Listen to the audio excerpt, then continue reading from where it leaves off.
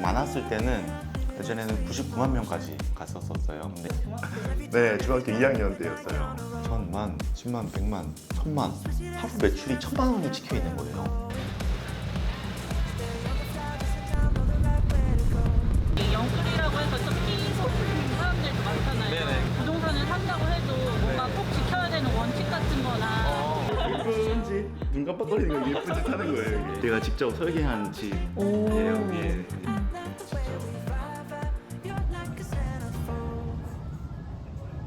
흔히 하는 생각 중 하나.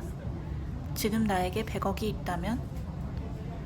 일단 용산에 집을 좀 사고 가족들에게 선물도 주고 영상도 더 편하게 만들 수 있을까?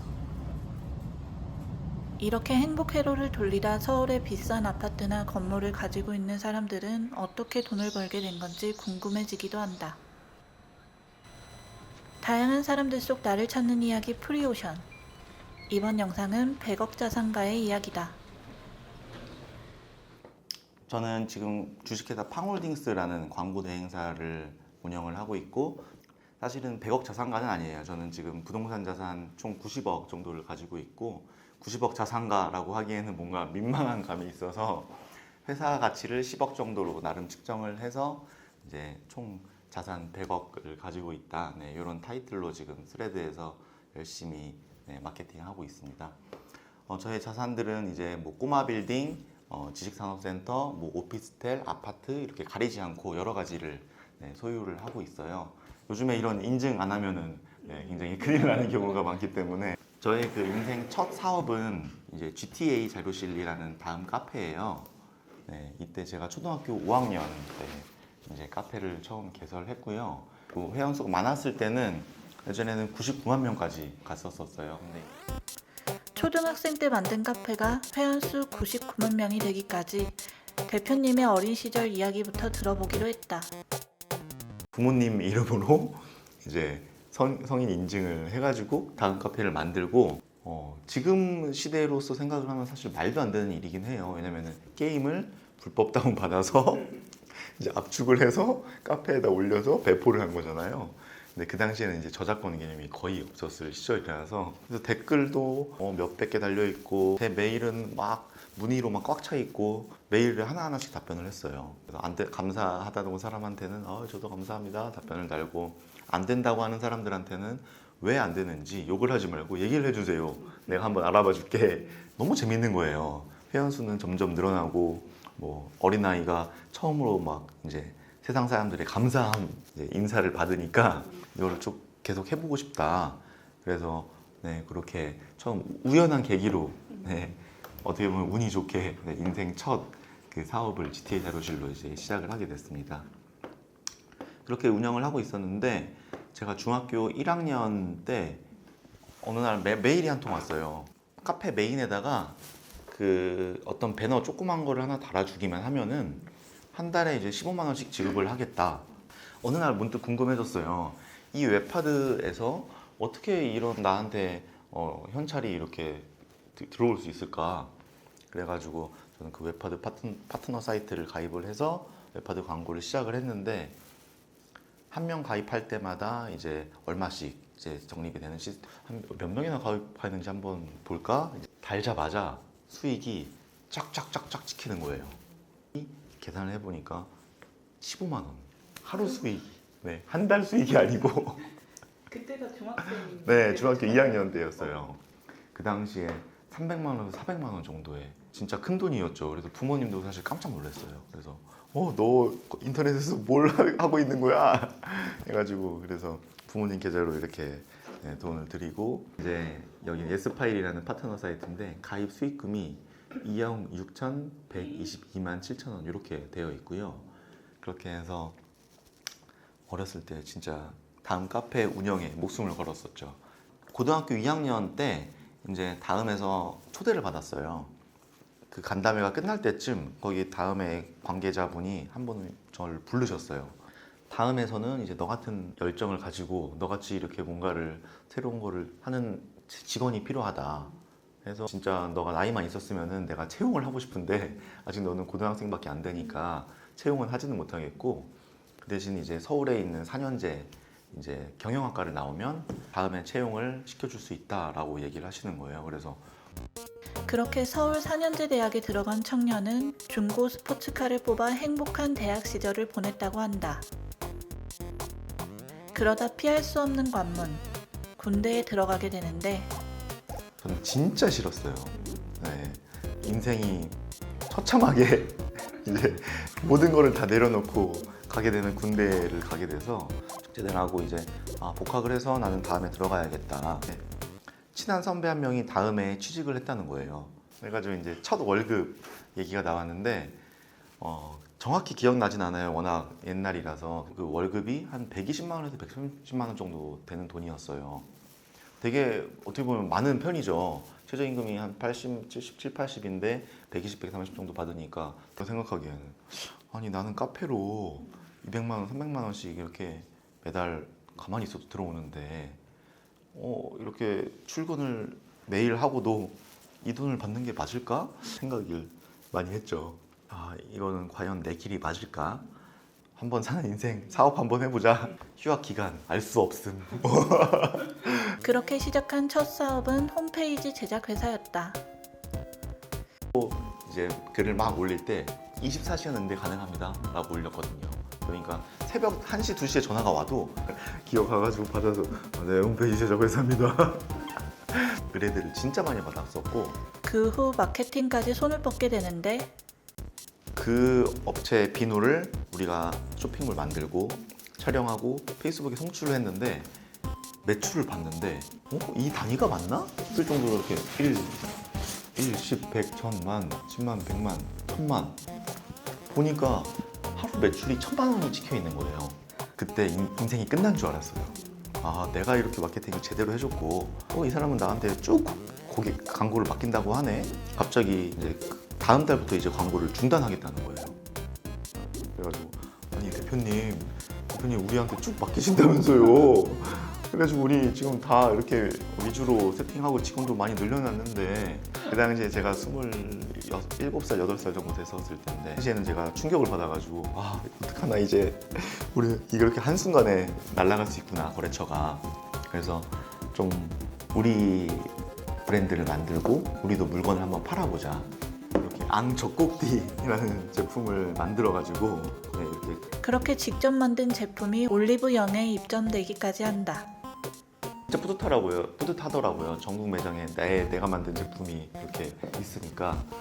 해가지고 근데 한편으로는 이제 30대 초반 사업가의 마인드로 생각하기에는 어딜 가든 이게 내 제품이야 라고 자신 있게 얘기를 할 수가 없는 제품 이름인 거예요. 올리브영에 가서도 막 자랑을 하고 싶어. 이거 사고 뭐하고 그래서 이거 내가 만든 거예요 하고 싶은데 근데 이름부터가 좀 이게 B급 감성을 가진 브랜드다 보니까 이걸 언제까지 장기적으로 운영을 할 수 있을까? 라는 생각을 했어요. 그리고 우리는 이제 마케팅력이 돼서 이런 제품들을 파는데 막 많이 하고 싶은데 그렇다고 남의 브랜드를 또 해주고 그런 실수를 반복하고 싶지는 않고 제품과 브랜드를 확 넓힐 수 있을 방법을 좀 구상을 했고 그래서 우리는 잘하는 게 마케팅이니까 마케팅에만 집중을 하고 이제 나랑 같이 이제 사업을 할 이제 공동 대표들을 구하자. 네, 그런 구조로 사업을 설계를 했어요. 지금은 여러 브랜드와 협력하여 태국까지 사업을 확장하고 있다고 했다. 우리 샴푸 공식물을 만들고 태국어로 번역해가지고 이제 여기서 포인트가 태극기예요. 이제 이렇게 메이드 인 코리아다 이렇게 해가지고 우리 제품 이렇게 좋다. 제가 사실은 사업을 하면서 막 큰 돈을 막 모았던 건 아니에요. 사업을 막 성장시켜서 막 직원들이 막 늘어나고 매출이 막 늘어나고 할 때는 GTA 제로실 운영할 때보다 돈이 없었어요. 네. 제가 제일 부러웠었던 거는 그 건물주였어요. 그러니까 제가 구로디지털 단지에 5,000에 500짜리 사무실을 쓰고 있었거든요. 근데 저는 월세를 매달 500씩 내면서 500 내고 나면은 뭐 잔고가 막 많이 없을 날도 있었고 직원 월급 나가면은 뭐 많이 없을 때도 있었고 이랬었는데 나한테 월세를 받는 이 건물주분은 맨날 프사가 바뀌어 있는 거예요. 이달은 이 나라, 저 때는 이 나라. 그래가지고 이 나라 저 나라 놀러 가는 사진들을 매달 보면서 부러웠어요. 이런 인생은 진짜 다음 생에나 할 수 있는 건가 보다. 이번 생에는 안 되는 거구나 그냥 생각을 하고 있었는데 왜냐면 그 당시 건물 시세가 거의 10억에서 11억 정도 됐었거든요. 근데 제가 가지고 있는 사무실 보증금은 한 5천 정도였었고 그래서 와 5천 지금 5천만 원밖에 없는데 10억 정도가 있어야지 이거를 살 수 있구나. 이번 생에는 그런 것 같다 생각을 하고 살았는데 어떤 이사님께서 야, 그 사무실 그 10억에서 11억 정도 한다고 하는데 그거 1억만 있으면 살 수 있어? 라고 얘기를 하시는 거예요. 어떻게 레버리지를 활용하는지 그리고 레버리지에 대한 개념 그리고 어떤 은행에 가가지고 어떤 지점에 가서 상담을 한번 해봐라 라고까지 구체적으로 주시는 거예요. 은행에서 직접 사용할 때 기준으로 90%까지 대출이 가능하다. 매매 가격을 어느 날 부동산을 통해서 들어보니까 내가 10억에 샀었던 그 사무실이 거래가액이 16억에서 17억 정도 된다는 거예요. 내가 1억 넣은 게 지금 이거를 팔게 되면은 거의 6억, 7억 정도가 생겨버리니까 그래가지고 몇 년 만에 그렇게 되신 거예요? 한 3년 정도 보유를 했었는데 네, 그래가지고 또 그 당시에 월세를 받으려고 샀었던 그 옆 지식산업센터가 있었는데 야 그럼 이거 한번 팔아서 수익 실현을 한번 해볼까? 그럼 내가 쓰고 있는 사무실을 팔기는 좀 그렇고 내가 월세 받고 있는 사무실 하나 팔아보자 해가지고 그 당시에 이제 제가 소유하고 있던 구로 디지털 단지 에이스 테크노타워 1차 704호였어요. 근데 지금 2년 만에 월세 받다가 그냥 팔기만 했는데 2억이라는 돈이 그냥 생겼어요.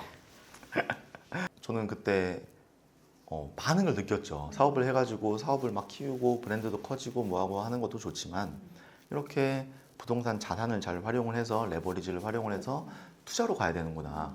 사업이 이렇게 되고 저렇게 되고 흔들리고 뭐하고 할 때도 있는데 나를 지켜주던 건 그 부동산 자산뿐이다. 사업을 쉽게 생각을 하면 안 된다. 네, 그래서 무조건 CEO들은 이렇게 자산을 잘 축적을 해놔야 되고 투자에 관심을 가져야 된다라고 생각을 해요. 네, 그래서 아까 전에 2억 정도 차익을 봤잖아요. 그래서 그걸로 뭐 했을까요? 네, 그렇게 해서 남자의 로망을 한번 이루어 보자.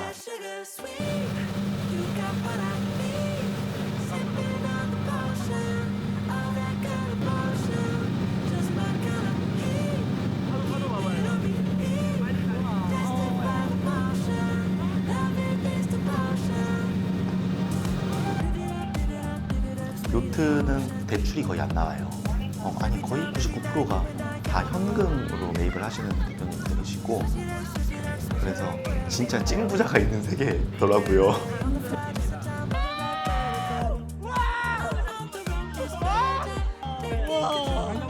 진짜 대단하신 대표님들을 많이 만났어요. 이렇게 우리 같이 여행도 다니고 낚시해가지고 이렇게 잡아가지고 회 썰어갖고 이렇게 받기도 하고 이렇게 이런 것들을 즐기면서 괜찮아요? 이런 형님들의 인생을 배우고 보고 하니까 너무 배울 게 많은 거예요. 나보다도 자산도 몇백억, 몇천억 이상 되시는 대표님들인데 일은 진짜 열심히 하세요. 진짜 돈이 많고 능력이 대단하신 대표님들을 많이 알게 되면서 은퇴를 생각했었던 제 자신이 너무 작아지는 거예요. 열심히 이제 사업을 해야 되겠다라는 생각이 열정이 뿜뿜 돌게 하고 그리고 또 그 와중에 이제 고금리 시대가 도달했어요. 제가 월세로만 거의 1,000만 원 정도가 났었던 때였는데 수익이 쭉쭉쭉쭉 짜그라들어서 한 달에 거의 100만 원도 안 나오게 되는 때가 생기더라고요. 금리 때문에. 네, 금리가 쫙쫙쫙쫙 오르니까 그래서 월세를 받아서 이자를 내고 진짜 남는 게 거의 없을 정도의 그거를 경험을 하니까 역시 세상은 내가 은퇴하게 가만 냅두질 않는구나. 네, 열심히 한번 사업을 해봐야겠다. 또 그래갖고 이제 그 다음 프로젝트는 사옥을 한번 지어보고 싶었어요. 출퇴근하는 게 저는 너무 싫었거든요. 출퇴근 거리를 최소화해야지 이제 업무에 가장 큰 효율을 낼 수 있다고 생각을 했어요. 그렇게 해가지고 팡홀딩스 사옥을 착공을 해서 그 사이에 이제 제가 결혼을 하게 됐어요. 이제 와이프가 한의사 선생님이시거든요. 그래갖고 1, 2층에 이제 한의원을 열고 3층에 우리 회사를 넣고 4층, 5층에 거주를 하자. 이렇게 해가지고 우리의 신혼집을 지어보자. 네. 신혼집을 건물로 지으셨어요? 네. 이렇게 해가지고 이렇게 사옥을 착공을 했고 이렇게 사옥을 설계를 직접 다 했어요. 오, 멋있어요. 네. 또 제가 다 설계를 해보니까 이것도 새로운 공부가 또 되더라고요. 완공된 지 얼마 안 됐잖아요. 네, 아직 완공돼서 외벽에 등도 아직 달아야 되는데 네. 아직 보수해야 될 부분이 아직 좀 많이 남아있긴 해요. 자기의 건물을 가지고 있는 그 느낌은 어떤가요? 너무 편해요. 왜냐면 출퇴근 시간이 이제 없으니까 이게 언제든지 좋은 생각, 좋은 아이디어가 떠오르게 되면은 이제 바로 내려가서 일을 할 수가 있고 네, 그래서 이렇게 지금 그러면 네, 건물 한 바퀴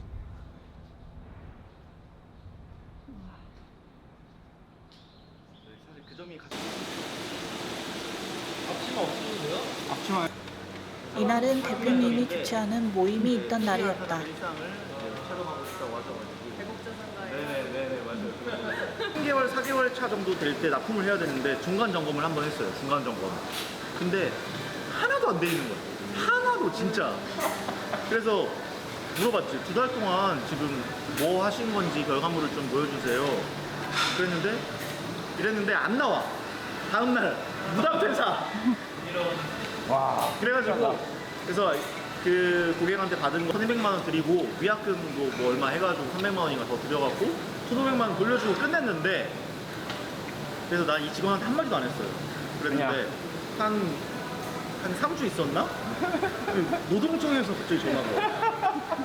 누구누구 씨 아시네. 그래서 네 저희 회사에서 무단퇴사 하셔가지고 연락이 안 되시는 분이에요. 저도 좀 노동청에 신고가 됐대. 월급이 안 들어왔다고. 사양 좋은 컴퓨터가 없대. 그래가지고 회사에 있는 컴퓨터를 하나가 남는 게 있었는데 그 고사양 컴퓨터를 가져가서 자기가 야근하는데 좀 쓸 수 있게 해달래. 그분도 연락을 두절하고 아예 안 나왔다. 또 노동청에서 또 전화가 왔어. 또 만났는데 컴퓨터를 달라고 하니까 컴퓨터 받은 적이 없는데요?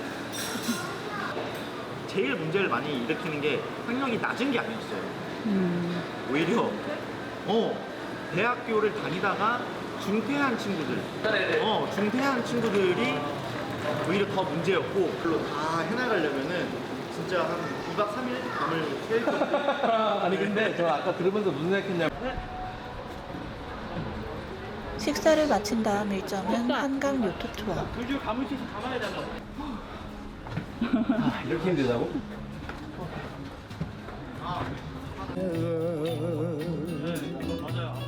Sharing a love I thought 와, 이 해지는 게 너무 예쁘네요. 색깔이. 잘 어울려요 노래랑. 엔진 꺼놓고 이렇게 둥둥 떠 있으면은 이게 지상 낙원이 따로 없습니다.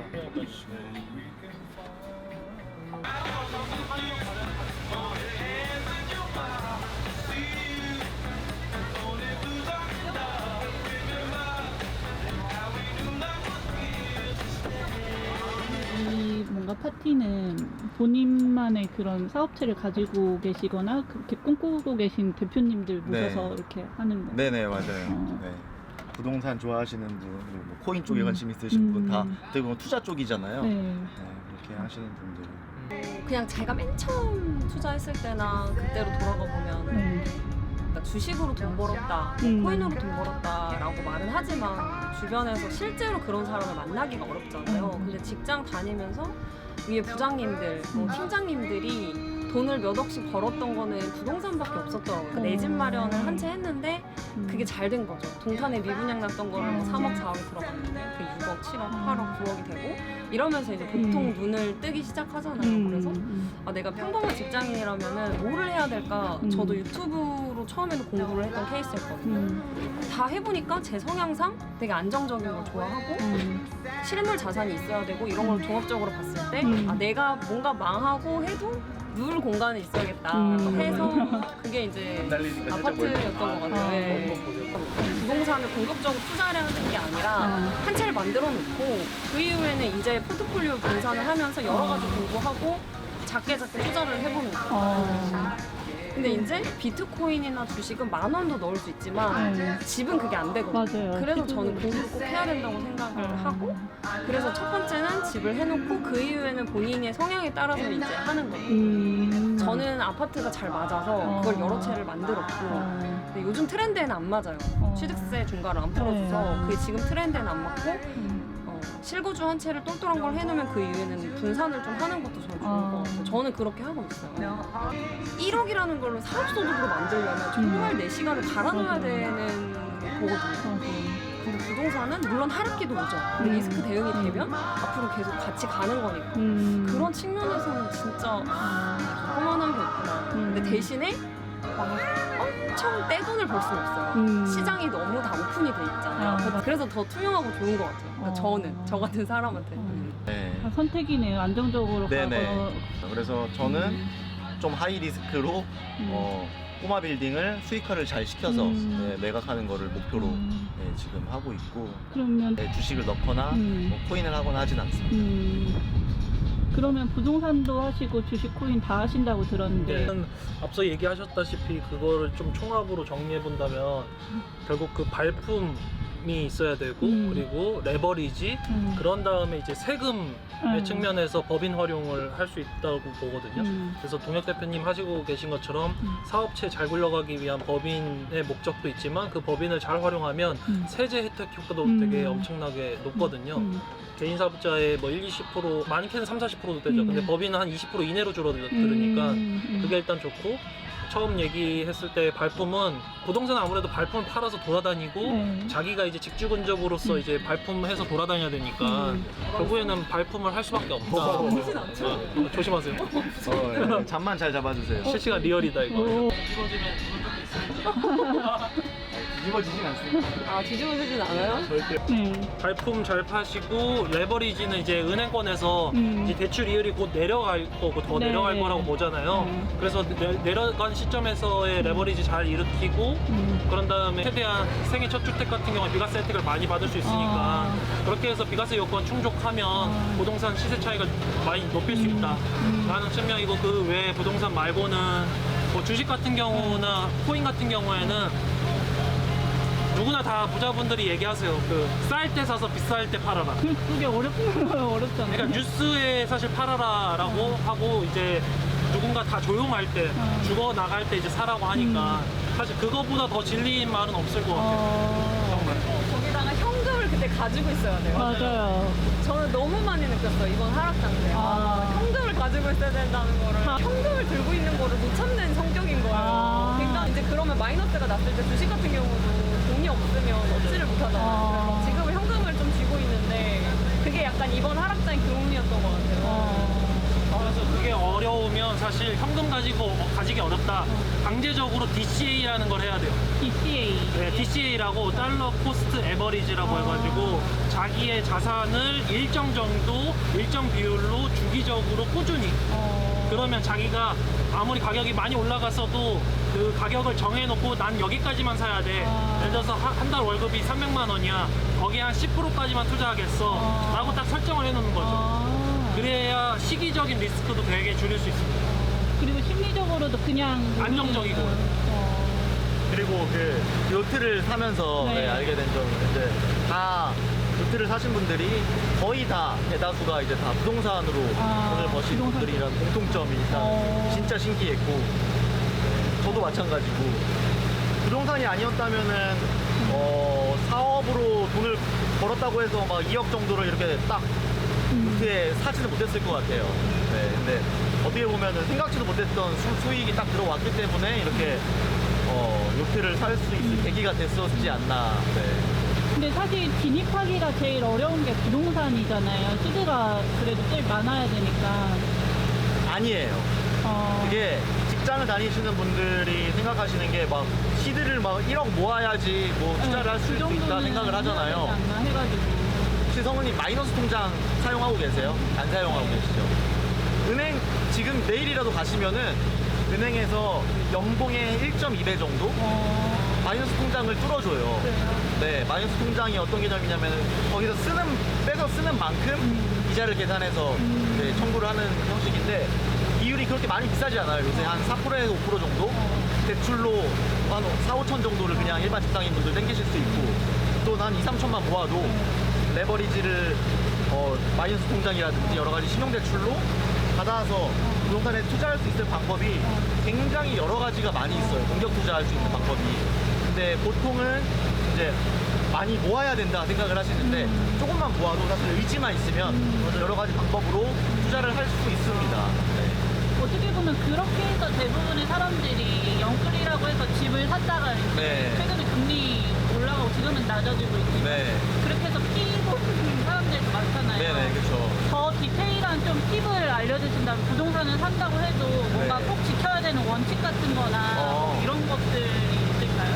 저도 예전에는 부동산 이자가 이율이 이렇게 막 올라갈 거라고는 상상도 못했어요. 제가 30년 살면서 저는 처음 겪는 일이었고 제가 맨 처음에 레버리지를 막 일으켜서 부동산을 막 매입했을 때는 이율이 2%대였어요. 그때는 네, 그래서 이제 지금 과거를 다시 돌아간다고 하면은 이 정도 리스크가 다시 돌아올 수 있다는 걸 알았으면 그 정도까지 공격적으로 레버리지를 일으키지 못했을 것 같아요. 근데 그 당시에는 이제 어떻게 보면 몰라서 2%대가 쭉 가나 보다 생각을 하고 공격적으로 투자를 했는데 그래서 지금 새로 이제 레버리지를 일으켜서 투자하시는 분들의 경우에는 이율이 경제 환경에 따라서 낮게는 2%, 높게는 진짜 6, 7%까지 가도 내가 이 매물을 유지할 수 있겠느냐를 계산기로 두들겨서 자기 이율이 막 올라가도 그게 커버가 가능하면 그 한도 안에서 투자를 하는 거죠. 그게 리스크 관리라는 네네, 게 맞아요. 이런 게 네네, 맞아요. 네, 그렇게 돼서 사실 뭐 이율이 막 IMF가 막 와가지고 옛날에 뭐 12% 뭐 15%까지 갔대요. 그렇게 되는 것까지 상상해서 투자를 하면은 못해요. 저도 두 손 두 발 다 들 수밖에 없어요. 네, 그런 것처럼 리스크를 어느 정도 한 상식적인 선에서 2%에서 한 7% 정도까지는 그럴 수도 있다. 뭐 전염병이 돌든 뭐든 여러 가지를 계산을 해서 리스크 테이킹을 하면은 그게 영끌이 아니라 어느 정도 자본을 활용한 거가 되는 거고 무리한 영끌을 하게 되면 이제 매물을 놓치게 되는 경우가 생기니까 네, 그렇게 조언드리고 싶어요. 네, 이제 석양 보러 한번 같이 나가실까요, 네. 다들? 네. 와우.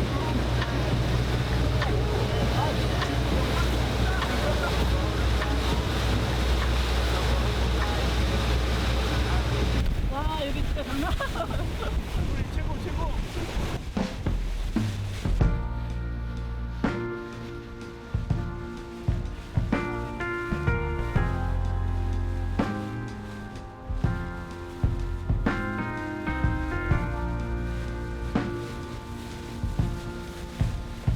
자신만의 방법으로 경제적 자유를 향해 가는 사람들. 그 너머엔 또 어떤 꿈이 있을까?